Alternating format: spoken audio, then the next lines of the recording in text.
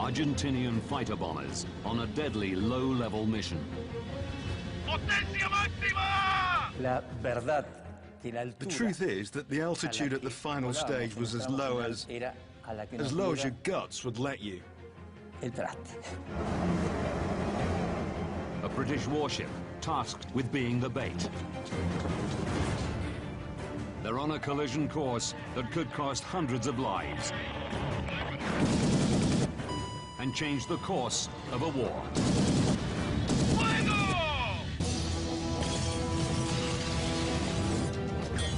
Disasters don't just happen. They're triggered by a chain of critical events. Unravel the clues and count down those final seconds from disaster. The South Atlantic, the Falkland Islands, May the 25th, 1982. Britain and Argentina have been at war for 54 days. 0600 hours. HMS Coventry, a British Type 42 destroyer, is situated north of the Falklands.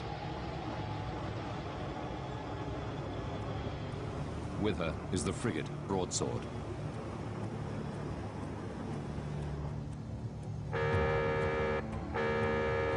Hands to action stations, hands to action stations. Assume NBCD state 1, condition Zulu. Hands to action stations, hands to action stations. Assume NBCD 1, condition Zulu. Electronic warfare officer Chris Howe is monitoring Coventry's long-range radar. Skyhawk 130. 2 Argentinian jets are spotted. Whiskey, this is Alpha Whiskey, hostiles 199201. Bearing 206 at 22 miles. So speed fast, strength 2. The anti-aircraft missile operator is Eli Ellis. We picked up high-flying aircraft coming from the Sound as they were bombing targets in the Falkland Sound and Bomb Alley. Bomb Alley, or San Carlos Water as it's properly known, is where British troop ships are currently offloading an invasion force. Captain David Hart Dyke and his ship's company have been tasked with protecting these British troops landing in the Falklands. And that means detecting and destroying Argentinian fighter bombers that are determined to smash the land invasion before a bridgehead is secured. Whiskey, this is Alpha Whiskey, hostiles 214208. Allocated bird target, call sign Charlie. Sea Dart alarm aircraft 2002-2003. Sea Dart, the ship's anti-aircraft guided missile, is primed.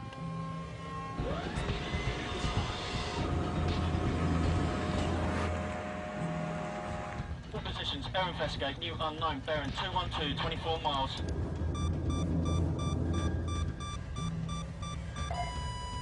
Sea Dart, take them out. Eyes on the bridge.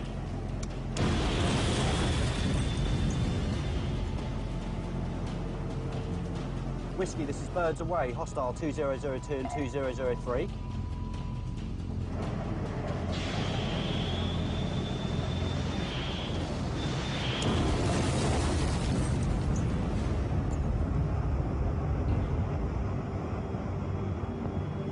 Whiskey, this is Charlie Bird Splash 2002.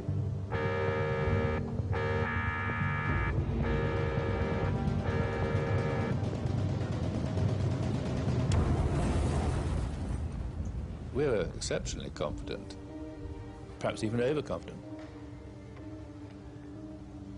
Morale was extremely high. Both sides know the next few days could determine the outcome of the war. I wanted them to see my determination, and I was sure I was fighting for a just cause. Even though we realized the odds were stacked against us, we were very cheerful, lots of humor, and lots of confidence. 1100 hours. Argentina, Santa Cruz Province, Rio Gallegos Air Base. News of the hit is relayed to Captain Pablo Carbaggio of the 5th Air Brigade. He knew the pilot well. All of what we felt together creates a bond. You learn a tremendous amount about yourself and you become like brothers. The desire to fight and the pain of knowing that we could be about to die.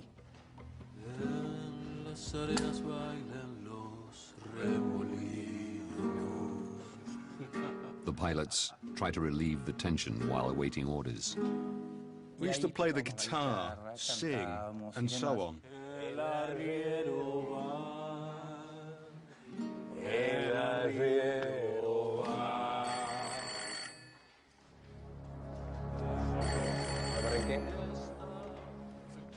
A mission would give them the chance to avenge their friends.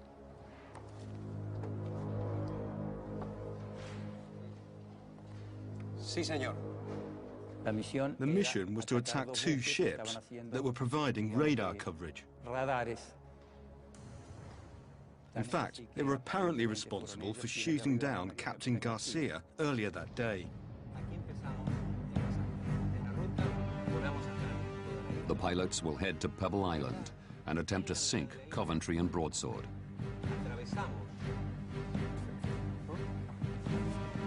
Joining Cabaggio on the four-plane raid are pilots Carlos Rinque, Jorge Barrio Nuevo, and Mariano Velasco. These were the ones that had been fairly successful in previous operations that day. So the aim was to neutralize these units. Trabajo de equipo, ¿ok?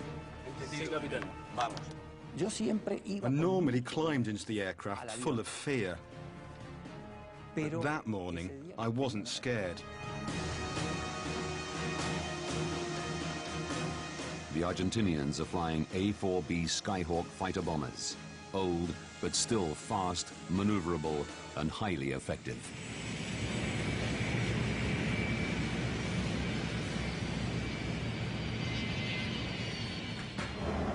(12:15). On Coventry, Hart Dyke receives intelligence from a special forces team hidden somewhere in Argentina. Unwelcome visitors, sir. Lieutenant Commander Jamie Miller, an intelligence expert, is briefed on the news. We had a chilling little heads-up west message from an SAS infiltration patrol giving us due warning that another raid had taken off. Thank you, Evo. I think we were expecting this. The estimated attack time is 1 hour away. I knew it was going to get tougher, so I was very aware, very keyed up. Pretty exciting end of the day, one way or another. 12:45.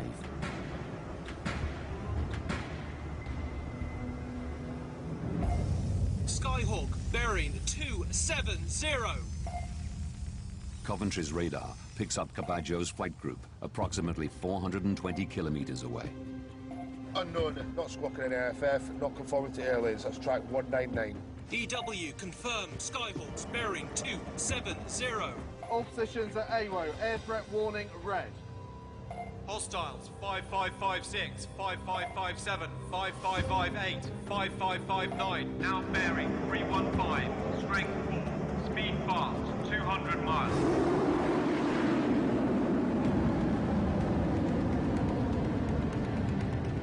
The problem with attacking at daylight was that we could not only be detected by radar, but also visually. So there was a greater chance they would be able to acquire and intercept us.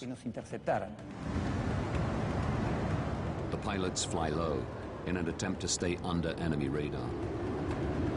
So low that sea salt coats Cabaggio's cockpit. I couldn't see forward. I was going to kill myself. So I thought, what place is straight and level? The sea. So I went over the water, avoiding the island. I had to tilt my head and look through the side of the canopy. So I had my helmet leaning on the plexiglass. And the vibration was going through my head. While Cabaggio's pair of planes hug the coastline, the other pair, led by Mariano Velasco, head east across the Falkland Islands before turning north towards their targets. Whiskey Alpha, this is Charlie, new unknown, now hostile, track 0557, course 097, speed fast, new unknown, now hostile. 12:55.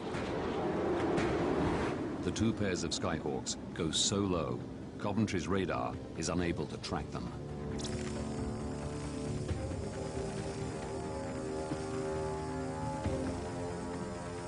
We were blind to the Argentinian pilots flying low over land, and the first time we would ever know of an attack was when they broke land. Their C-Dart missile is unable to get a lock.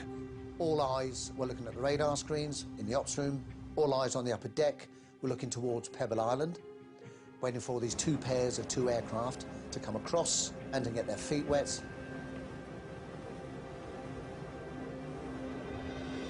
We know the raid is coming, we've seen it disappear over West Falkland, and it's a waiting game. You're very literally like a tennis player about to strike a ball. Every pair of eyes totally ready. 1,300 hours. Coventry's C-Dart is still trying to get a lock on the fast-approaching enemy. 55535554 now, hostile.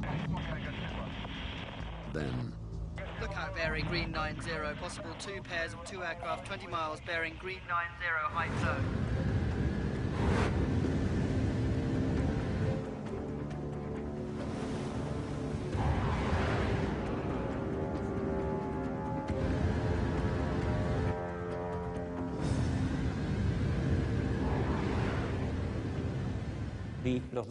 I saw both dots on the horizon, just two small dots far away. Ok, chicas, los tengo a la vista. ¡Potencia máxima! I said we won't get back from this one because we were totally exposed. 13:20. We heard this almighty scream from a guy on the upper deck. Alarm aircraft visual, starboard battery, green 30.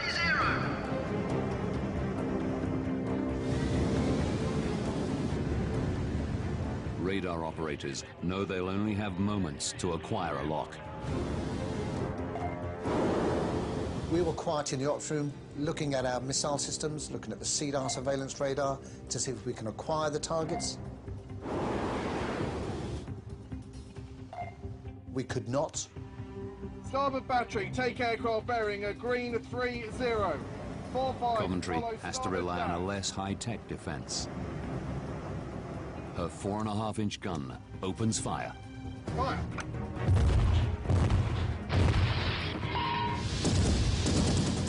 The minute I saw them, they started shooting, but you knew that was coming. Shadowing Coventry, Broadsword is also tracking the fighter bombers. I thought, I'll blow up any minute now. But Broadsword doesn't fire her missiles either. The aircraft are just seconds away. I could see the water erupting with impacts, explosions in the air. Then the jets veer to port. They're heading to Broadsword.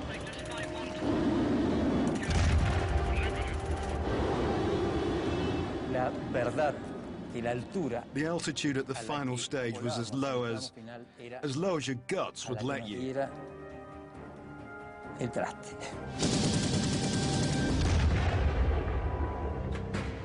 13:21.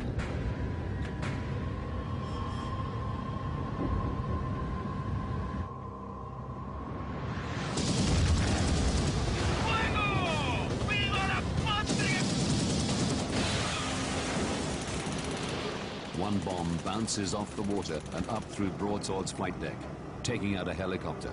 It continues, without exploding, into the sea.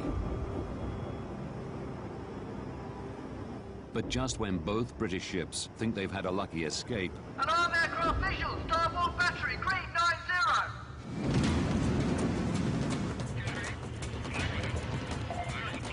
I look, and in the distance I see the silhouette, the profile of both ships. I would say some 15 kilometers away, easily. A flight time of little more than a minute. 13:21. AWO, they're turning for us. Hostiles, 5557, 5558, bearing 210, speed fast, rate 2, height low. We had a pair of aircraft obviously heading towards us fast, at extremely low level, wave top height. Officer Watch Captain, come to port 030.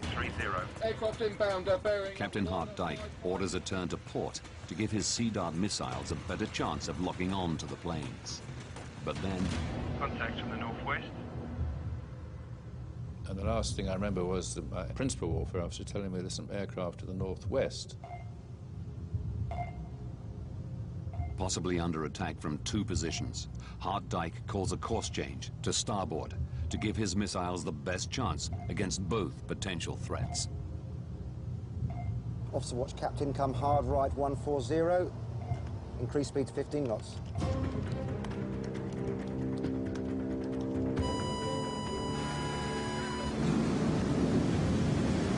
This is Charlie, birds are firm, hostile 5557. I briefly locked on to the lead aircraft. Sir, I've got a Sea Harrier. Do you want him? The British fighter could take down the Argentinian jets. So I thought, well, I've got lock on, let's go with the Sea Dart. Take it with Sea Dart. 13:22 and 40 seconds. As I allocated my missile systems and pressed fire, we broke lock.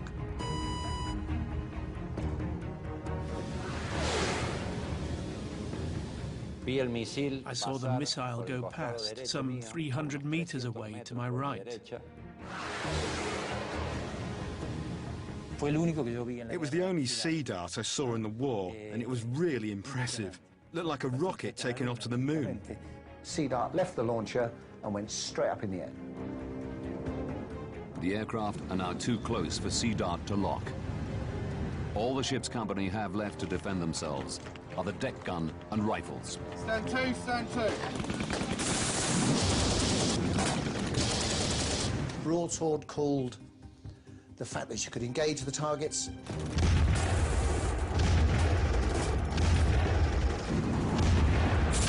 The men of Coventry are expecting broadsword to fire any second.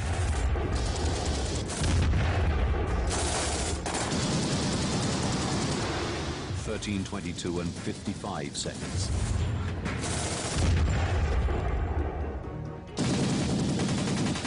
And then I saw the surface of the water being puckered by cannon shells coming towards us. And then penetrating the hull beneath me.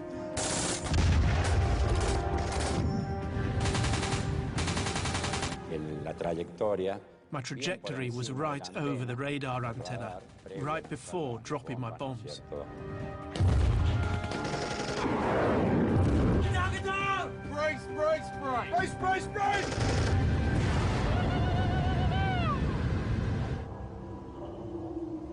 Everybody sensed, you know, that perhaps they'd lost the battle.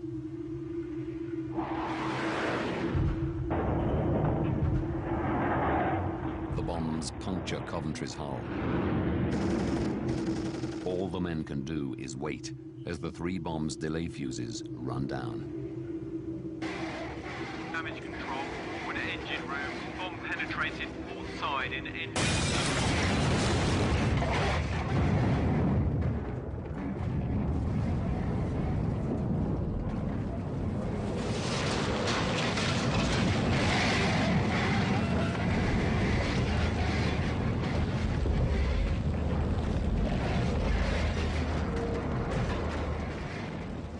Dyke is knocked unconscious. As one came round, I was surrounded by thick, you know, suffocating smoke and people on fire.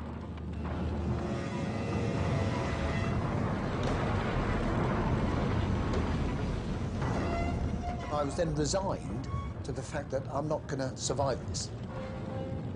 The the recollection of the fact that you are about to die isn't a painful act. It's actually quite, it's peaceful.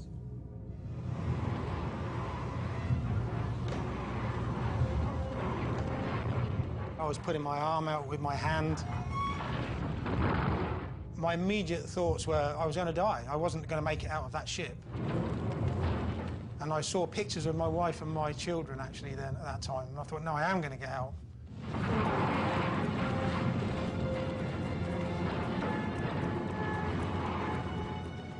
You know, you can sense it's a sort of the death throes of the ship. You know, it suddenly becomes unstable.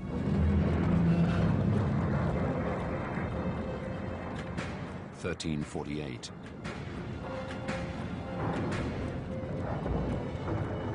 The ship begins to list badly. Coventry is sinking.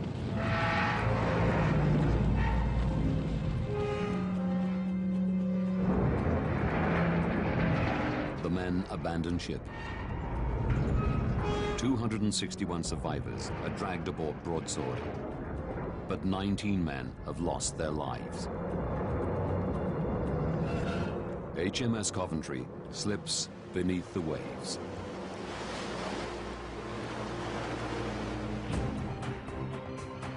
Now, by going deep into the tragic events of that day, we reveal how a pair of outdated fighter bombers were able to sink one of the British Navy's most technologically advanced ships.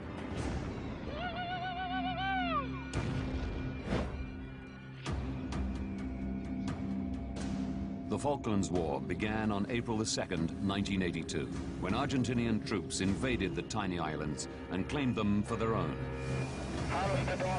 The British sent a task force to reclaim them.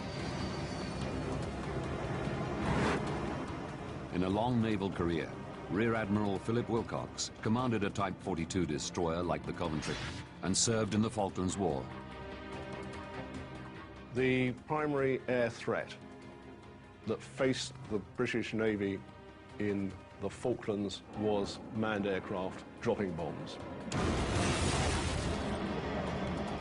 The Type 42 destroyer had been designed for a very specific role, to target high-flying Soviet bombers over the open seas of the North Atlantic with her Sea Dart missiles. The Sea Dart missile system was designed to be able to deal with medium-range, medium-level threats. It's ideal for targeting high-flying, distant Soviet bombers.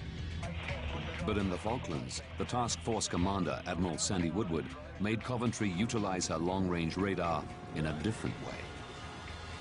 As an air attack early warning system. Coventry was the only destroyer at that stage that the Admiral had for that anti-air warfare and early warning capability.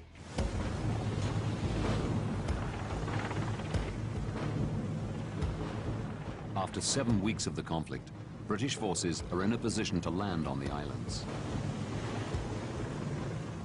Coventry's role is to keep watch for Argentinian planes heading towards the British troops landing at San Carlos. These landings are crucial to British hopes of regaining the islands. But they are vulnerable, and if Argentinian bombers hit them now, the ground troops could be wiped out. Coventry was providing air cover over the north part of West Falklands and to the north part of San Carlos.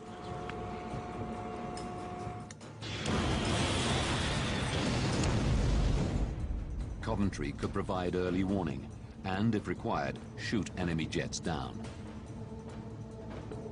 So I was tied to a certain position fairly close to the land for good communication's sake, to keep the information going to the landing force, who in the end were going to land and win the war. But Coventry also has another, deadlier role to play on May the 25th. She's been deliberately placed in a highly visible and vulnerable position just off the mainland in an attempt to attract Argentinian fighter bombers away from the British landing site, to target her. There was a hope that there would be what could be called a missile trap, where aircraft could be attracted towards this target rather than the landings. Early in the day, Coventry has the first of her encounters. 2 Argentinian jets flying at high altitude. Sea Dart can hit targets up to 65 kilometers away at an altitude of over 30,000 feet.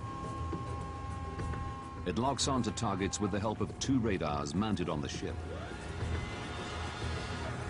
The long-range radar detects and tracks aircraft at a distance of up to 420 kilometers. It then passes that information to the more precise missile guidance radar, which directs the Sea Dart missile to the target.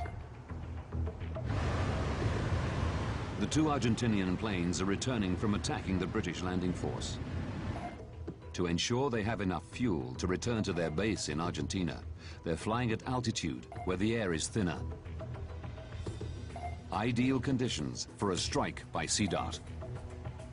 Coventry was able to engage those targets because the aircraft were flying at sufficient height to allow the ship to form a track, to acquire the track, and carry out a successful Sea Dart engagement.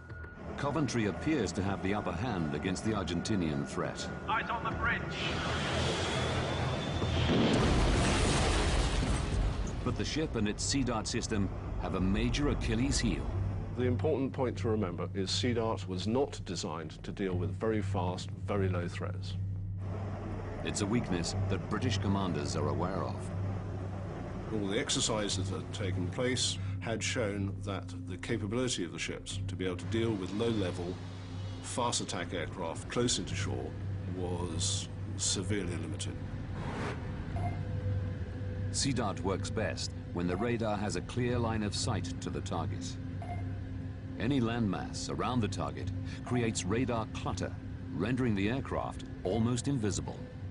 Unfortunately, over West Falklands and East Falklands, there's a great deal of high land and some low valleys in the blind arcs beyond the hills, and indeed a lot of small islands, all of which create a great deal of clutter on the radar picture. Worse for the men on Coventry. It's a weakness the Argentinians know about. The best method to elude a Sea Dart is low-level flying. And the pilots are looking to exploit that weakness. We tried always to comply with our low-level flight pattern.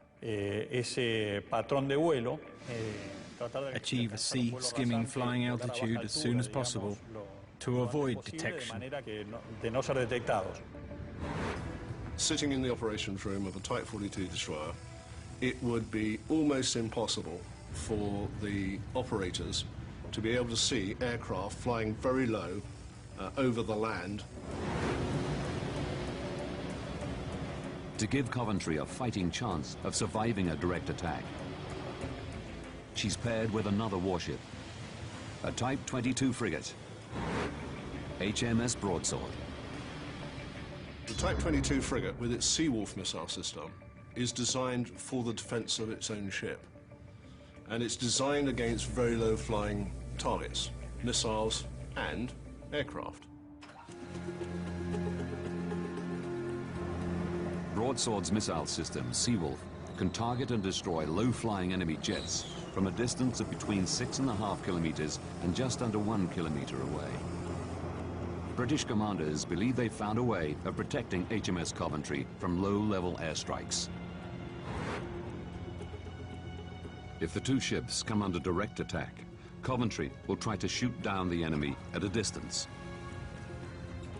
And if its Sea Dart is unable to acquire a lock before an enemy aircraft has breached its minimum range, Broadsword's short-range Seawolf will take over.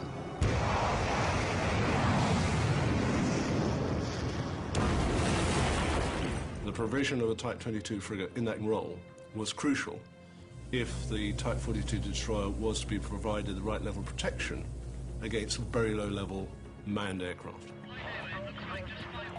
Skyhawk, bearing 270. Coventry's radar picks up 4 enemy planes as they leave Argentina. But But once the pilots hit the Falklands, they push themselves to the limit, flying incredibly fast and incredibly low. They disappear from the radar screen. We tried to fly as low as possible, but proper judgment was essential. There were some pilots with an extra ability to fly extremely low. One time I had this feeling. I felt I scraped something on a hill. I felt something on the underside of the plane. Broadsword's radar can occasionally see the planes, but her missiles don't have the range to shoot them down.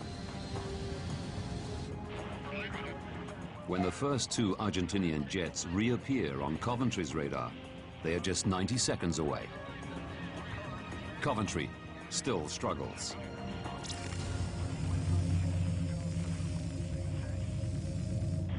Coventry is unable to achieve an effective acquisition with her Sea Dart missile system because of the short range concerned and the difficulty in forming a track on the targets to be able to then allow the Sea Dart missile system to acquire and fire a missile against them.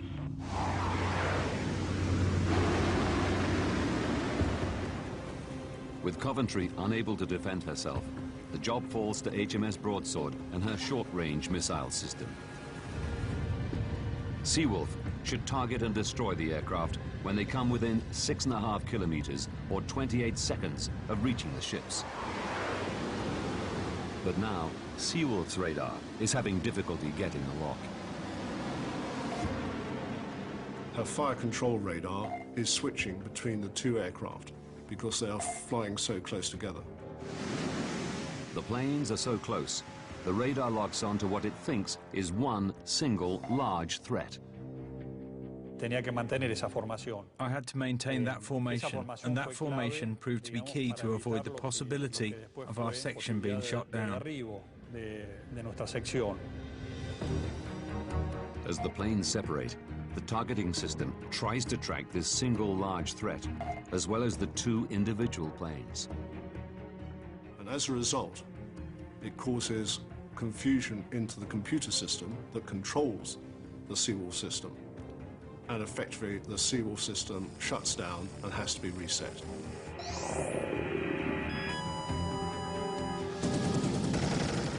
Broadsword is effectively defenseless and an open target for the Skyhawks to attack.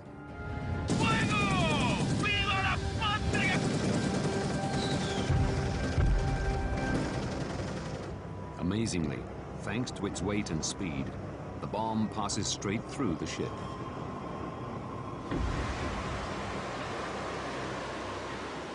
Although Broadsword has had a lucky escape, the tactic designed to protect both ships has been breached. It's put to the test again when a second pair of Skyhawks under Lieutenant Mariano Velasco break land. But this time, there's an added complication.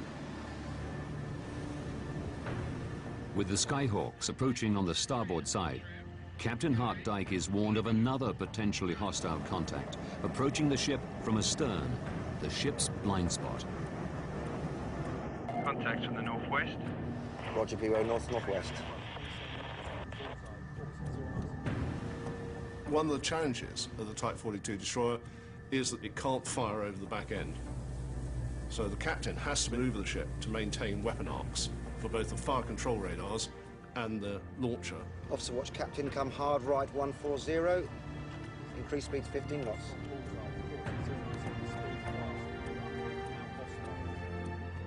A turn to starboard is the quickest way Hart Dyke can bring the threat from behind and the threat from the south into his weapons arc.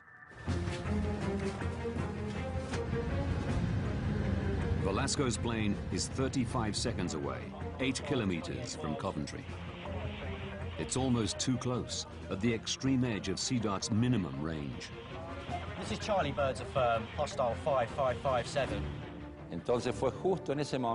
So, as I was turning to head to the ships, it's not that I made a mistake, but I had to lift the plane a little. So in that moment, when I lift a little to turn into them, Coventry radar locks onto me with a sea dart. But with the Skyhawk flying so low, the Sea Dart's radar has difficulty maintaining this lock. As Ellis presses the fire button, the target is lost.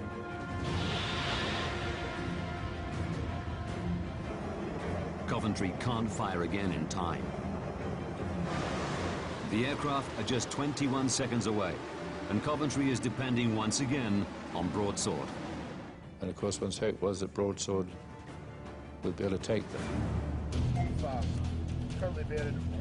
In the final critical seconds, Hart-Dyke's Coventry continues her turn to starboard to counter the unknown threat from the north. Broadsword's radar homes in on the two planes. Broadsword achieves an acquisition on certainly one of the aircraft. But just as she achieves that acquisition, Coventry continues to turn to starboard and effectively cuts across the bow of Broadsword's potential engagement against the targets approaching now from towards the southeast.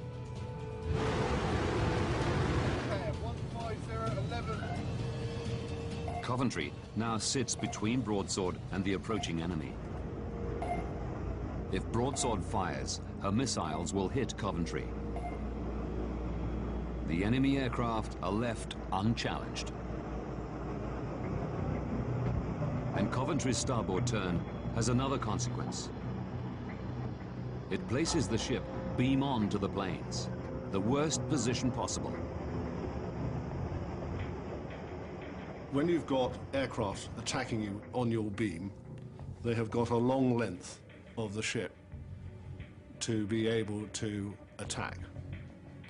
If you narrow the angle, then any misjudgment by the pilot means the bombs are going to land on either side of you.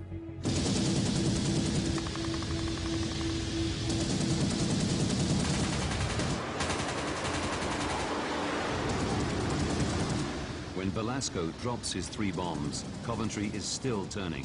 Much of the target is exposed.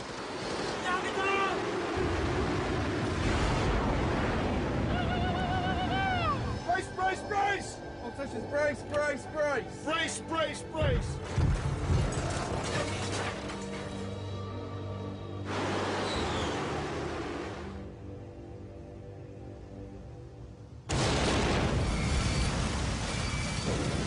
The first bomb destroys the computer room, killing 7.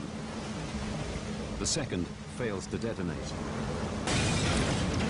But the third kills 10 in the engine room and surrounding compartments.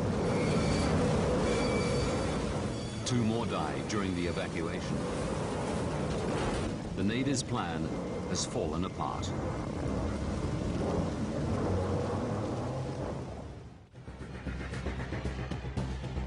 Now, having investigated never-before-heard testimony from those involved in the attack, we can reveal the chain of events that led to the deaths of 19 sailors and the loss of HMS Coventry.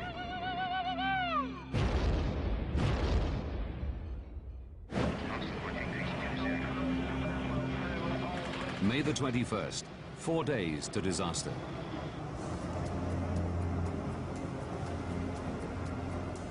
HMS Coventry and Broadsword are positioned just off the Falklands to tempt Argentinian jets into attacking them rather than the British landing force. May the 25th, 3 hours to disaster.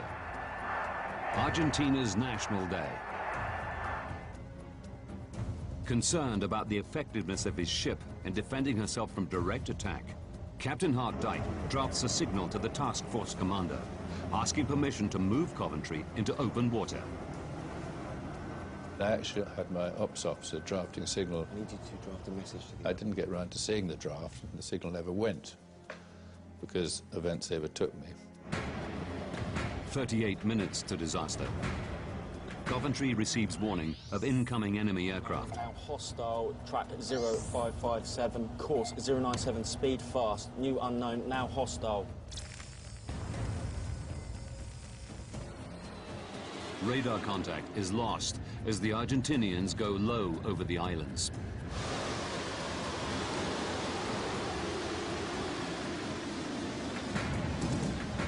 One minute, 38 seconds to disaster. A pair of jets attack the two ships.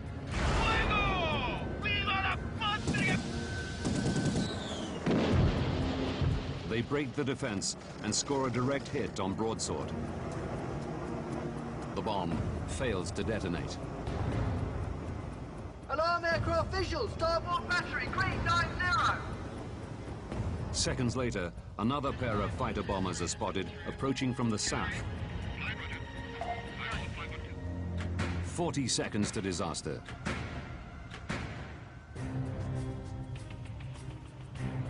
Hart Dyke is warned of more aircraft in the northwest. Roger, P-Row, northwest. He orders a turn to starboard to keep both threats in his weapons arc. Officer watch captain, come hard right 140. 33 seconds to disaster.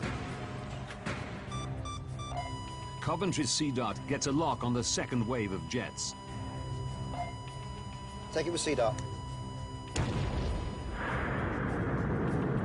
It's fired, but misses. The defense of both ships now falls to broadsword. But there's a problem. The combined missile defense tactic will only work by carefully coordinating the two ships' movements. The first time they had to practice this relationship between the two of them was when they arrived here, north of West Falkland. We had, what, 2 or 3 days, I think, towards the end. 23 seconds to disaster. Broadsword Seawolf missiles track the jets. But in the heat of battle, and with no opportunity to practice, communications between the two ships break down. Coventry turns to starboard, but so does Broadsword, resulting in Coventry breaking Seawolf's missile lock. Both ships are left helpless.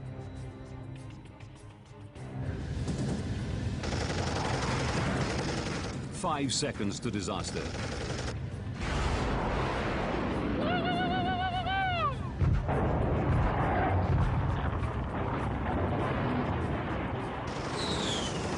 Velasco's 3 bombs rip through Coventry's port side.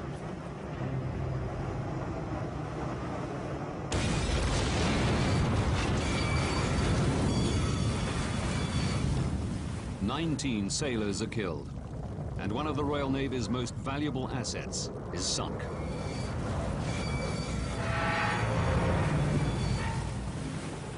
The unknown threat to the northwest that forced Coventry into a starboard turn is never identified and never materializes.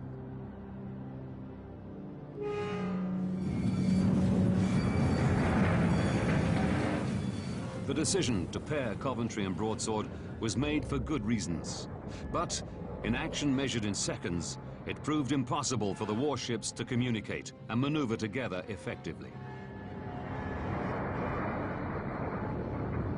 The feeling of knowing you've successfully completed your mission is subdued by the pain for the other. When you attack someone, you're attacking a human being. And that's something you carry around with you for the rest of your life. But by deliberately putting herself in harm's way, Coventry did achieve the role she had been asked to play, drawing Argentinian fighter bombers away from the British landing site and saving the lives of countless ground troops.